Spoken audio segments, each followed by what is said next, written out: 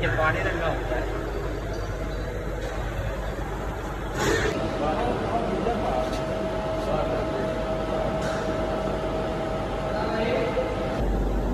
Magnet है की समझ रहे हो, साफ है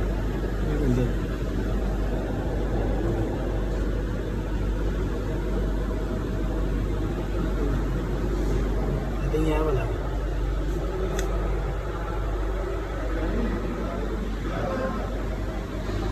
है कंडीशन है ਤੁਹਾਡੇ फ्यूल फिल्टर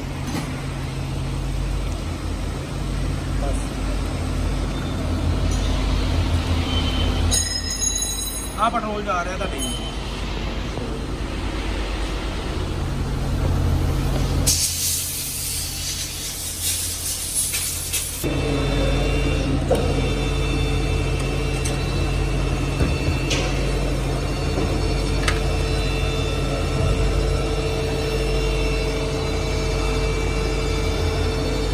हमको अगली साइड तक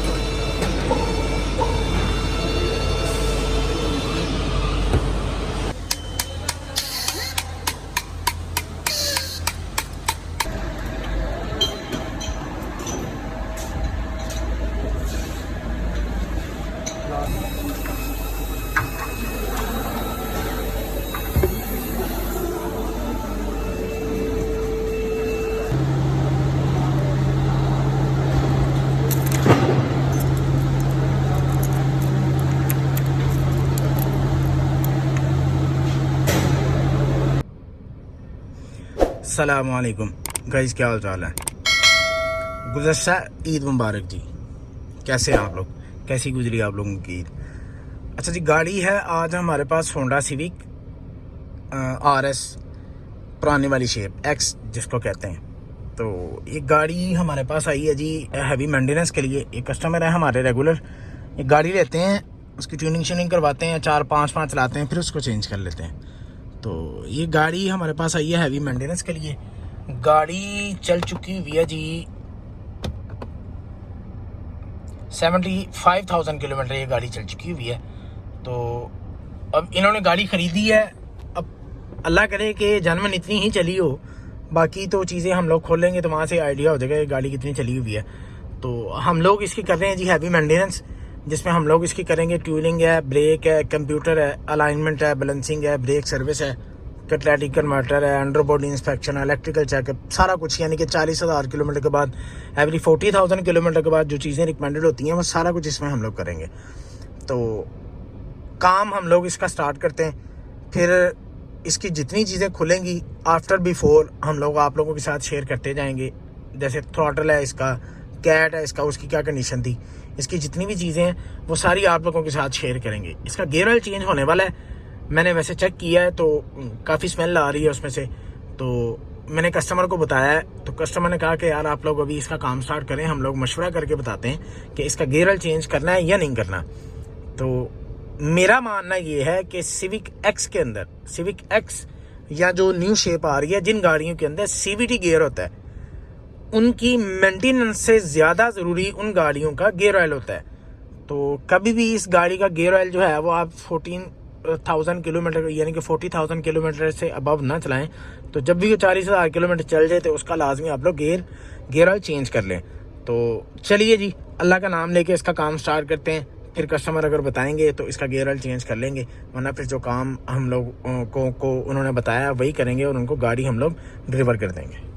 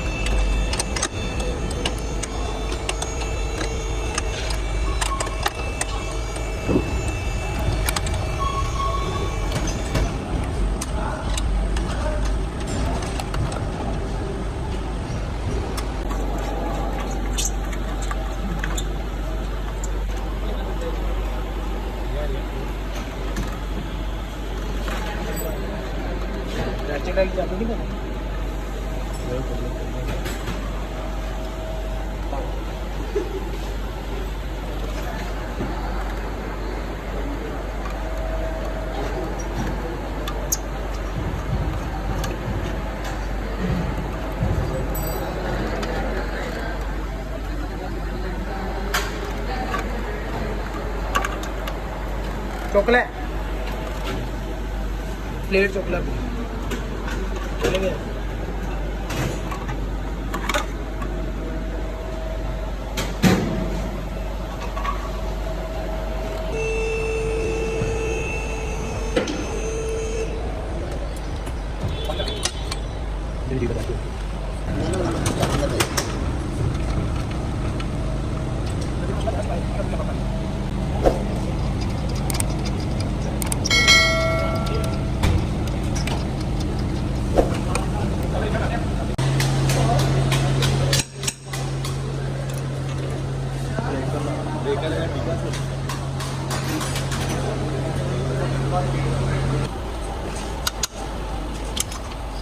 ada di dalam aku nih itu loh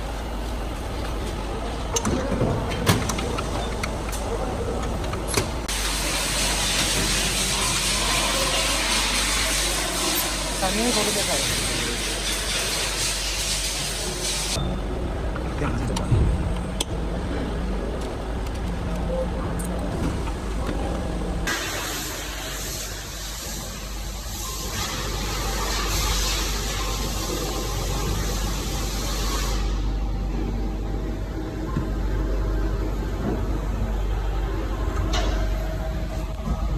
थले नहीं छाया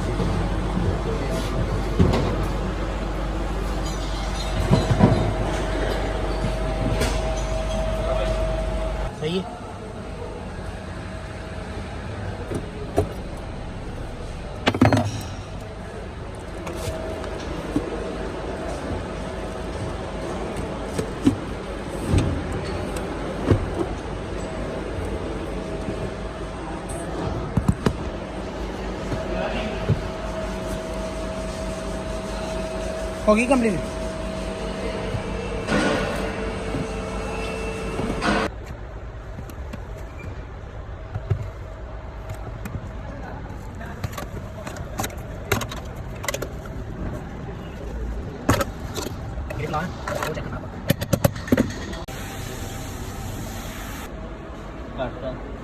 दोबारा ला।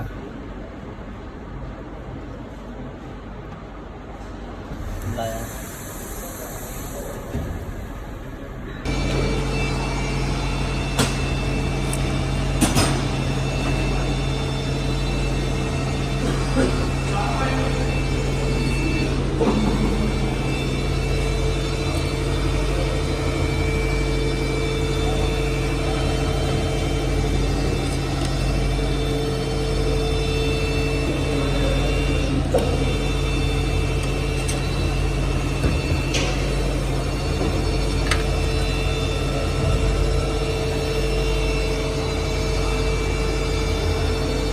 हमको अगली साइड तक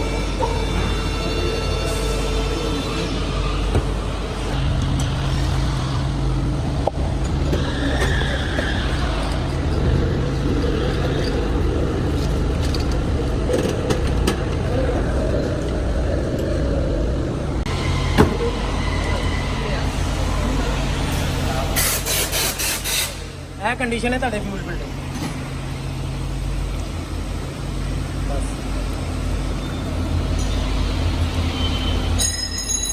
ਆ ਪੈਟਰੋਲ ਜਾ ਰਿਹਾ ਤੁਹਾਡੇ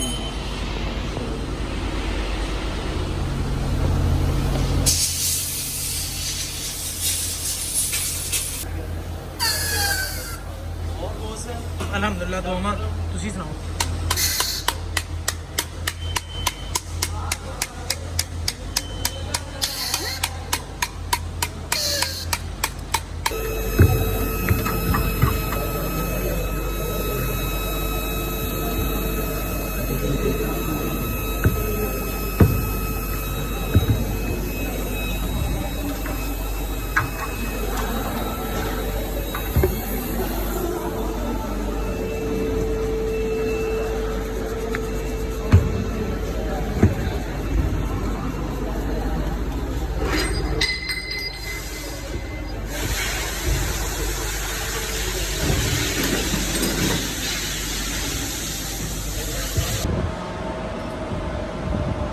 स्पीड ना घुमा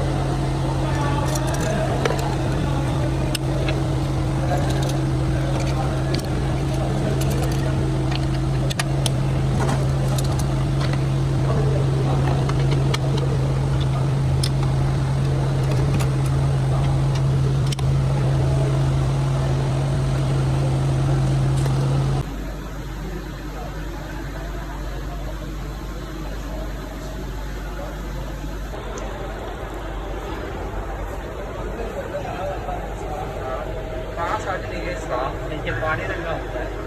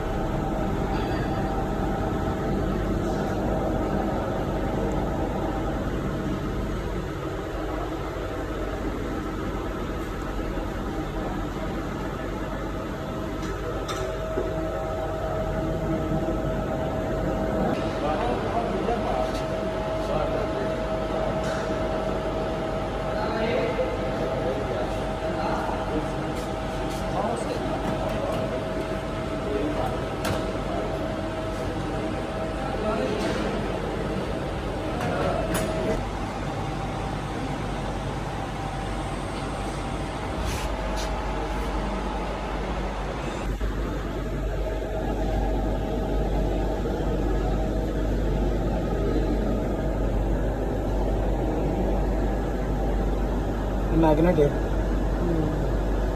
की समझ रहे हो साफ है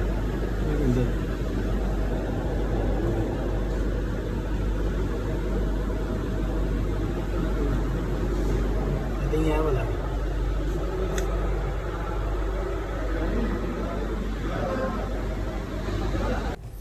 अच्छा मैं यहाँ पे बच्चों को कह के गया हूँ कि आप लोग ना इसका गेयर ऑयल निकालो, तो बच्चों ने कहीं गेयर ऑयल निकाला है, तो कस्टमर ने गेयर ऑयल देखा, तो कस्टमर कहता है यार गेयर ऑयल तो मेरा सही है। यानी कि जब गेयर ऑयल आपका ड्रॉप हो रहा था ना, तो उसमें से लाइट क्रॉस हो रही है, तो वहाँ पे आपको यही फील होगा कि सही है। तो फिर कस्टमर की वजह से कि उनको सेटिस्फाई करने के लिए मैंने उनको एक तो नया गेयर ऑयल दिखाया कि सर नया गेयर ऑयल इस तरह का होता है, और दूसरा मैंने उनको ये दिखाया कि ये जितना भी कचरा है ना इसके अंदर मैग्नेट लगे होते हैं। इसका जो गेयर ऑयल वाला चैम्बर है उसके अंदर मैग्नेट लगे होते हैं। तो मैग्नेट जब मैंने उनको खोल के दिखाया तो फिर उन्हें क्लैरिफाई हो गया कि वाकई ही हमारा गेयर ऑयल चेंज होने वाला था। तो कोशिश किया करें जब भी आप गेयर ऑयल अपना एक्स का या CVT गेयर ऑयल कोई भी है, जब उसको चेंज करवाएं तो उसका चैम्बर लाजमी क्लीन करवाया करें। उसके अंदर मैग्नेट लगे होते हैं तो उनकी क्लीनिंग अच्छी तरह से हो जाती।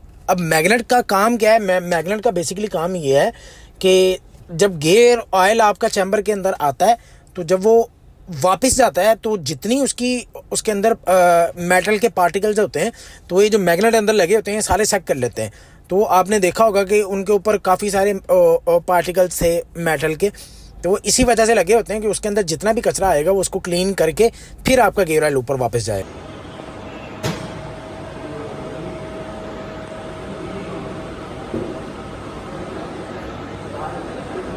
कार साफ करके लगा।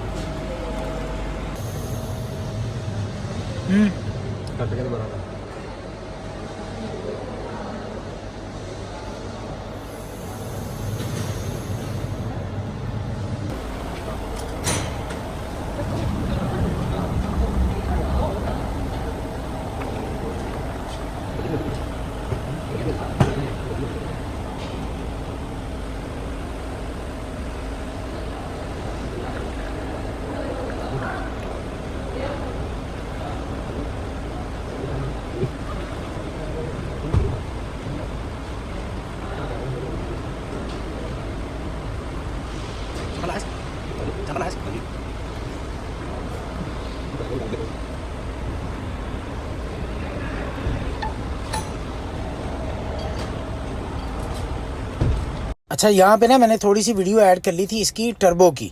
तो कुछ लोग हैं जो एमी बिला वजह का टर्बो खोल लेते हैं और कहते हैं सर इसकी भी क्लीनिंग होने वाली है, जबकि टर्बो का कुछ भी नहीं क्लीन होता है। इसके अंदर सिंपल एक फ़ैन लगा होता है, ये सामने हल्का सा कचरा है, ये हम लोगों ने पेट्रोल वेल टाकी मार के ऐसे ही इसको क्लीन कर देना है। हमने इसकी कस्टमर से लेबर किसी किस्म की नहीं ली। तो जब भी आप करवाएं तो अपना टर्बो ना खुलवाया करें प्लीज़। और अगर आप खुलवा लेते हैं तो किसी ऐसे बंदे से खुलवा लेते हैं जिसको इसके बारे में आइडिया नहीं है। तो इसकी हल्की से भी, यानी कि इसके ऊपर एक नट लगा होता है, उसकी भी आगे पीछे अपनी चूड़ियों से थोड़ा सा भी आगे पीछे हुआ तो ये आपको कैटेलिटिक का कोड देना स्टार्ट कर जाएगा। इसका जो टर्बो होता है उसका कोड देना है स्टार्ट कर जाएगा आपको। फिर आपका कोड क्लियर नहीं होगा जब तक आप उसकी सेटिंग को सेम जगह पे नहीं लेके आते। तो किसी ऐसे बंदे ने खोल लिया जिसको उसके बारे में नॉलेज ना हो तो वो फिर आपको वक्त में डाल देगा और ख़ुद भी आ जाएगा वो बेचारा।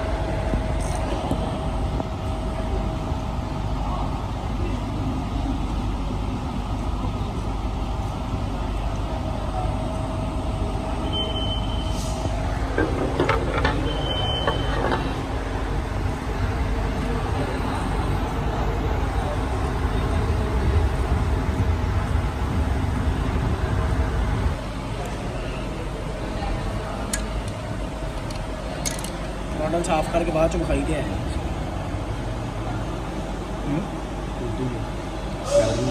हो गए सारे टैग।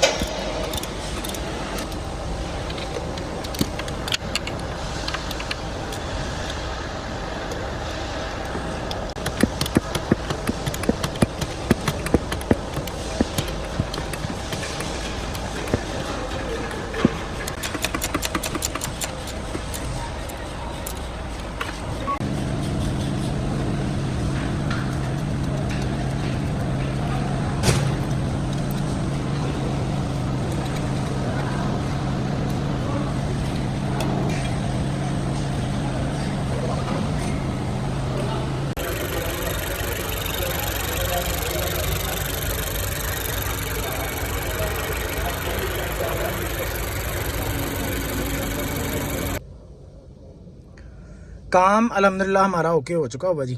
अभी हम लोग करते हैं जी गाड़ी को स्टार्ट।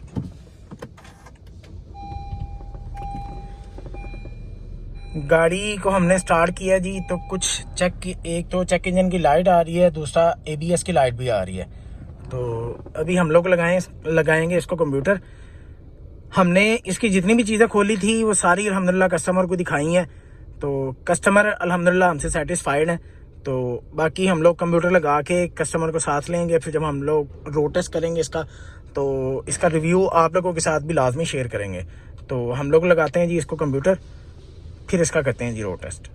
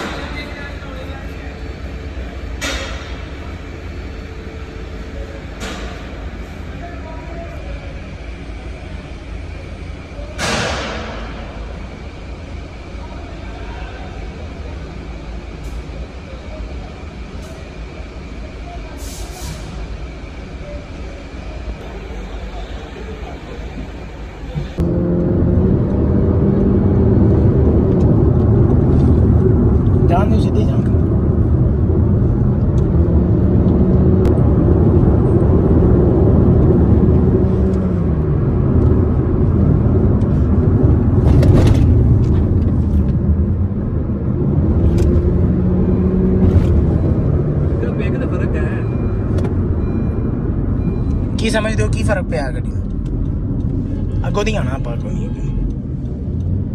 ਪਹਿਲੇ ਦੀ ਨਿਸਬਤ ਕੀ ਫਰਕ ਪਿਆ? ਅਗਰ ਪਿਕ ਦਾ ਵੀ ਤੇ ਐਵਰੇਜ ਦਾ ਵੀ